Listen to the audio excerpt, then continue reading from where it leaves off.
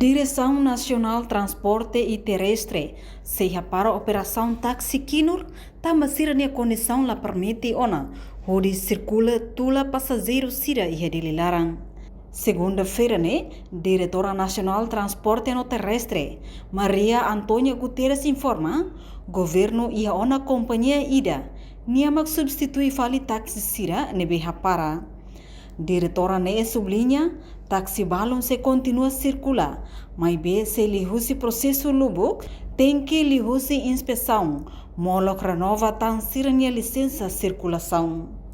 No total, taxi Kinur nebe trânsito hamutu kode NTT prende, tamba condição ladia kona e hatolunulo racing walu.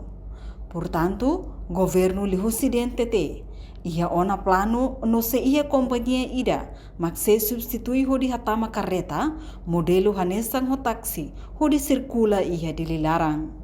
Hapa conseguir taxi 38 unidades, e daí ia balo dek ma kami renova na licença, balo am label renova, tamba dek ni condição la dia cliona. E daí bem ma kami renova licença mos, ni condição ne la osca ta atliu ma be sirso am fotandek so bele circula tandek patinang to tinang 2025. E o ahira sir mai renova am label renova na tamba sir ni condição la permite de na to circula por todos os passageiros. Total taxi nenhuma.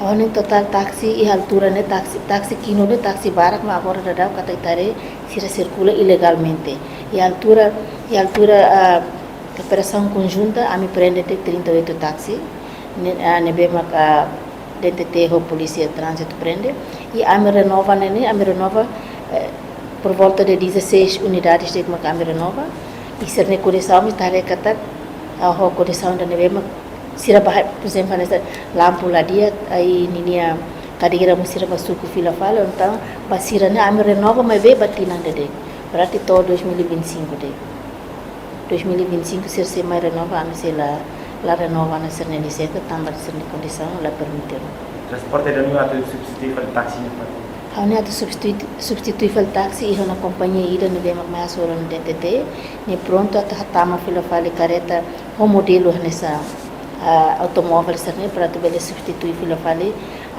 taxi kinur ne bema itah para teu. Mesmo só total que não se outra Hanya depende thare te se hare fila fale tamba agora da dau ne taxi azul mos e a altura na bani companhia de Vita ni ia 20 unidades mas be agora ne at barabon e ni ia de 10 unidades ne pois hanya tente se hare fila fale atama fal taxi hira depois ami ne plano se ia para tu pelo montante hira ami se hira fila fala.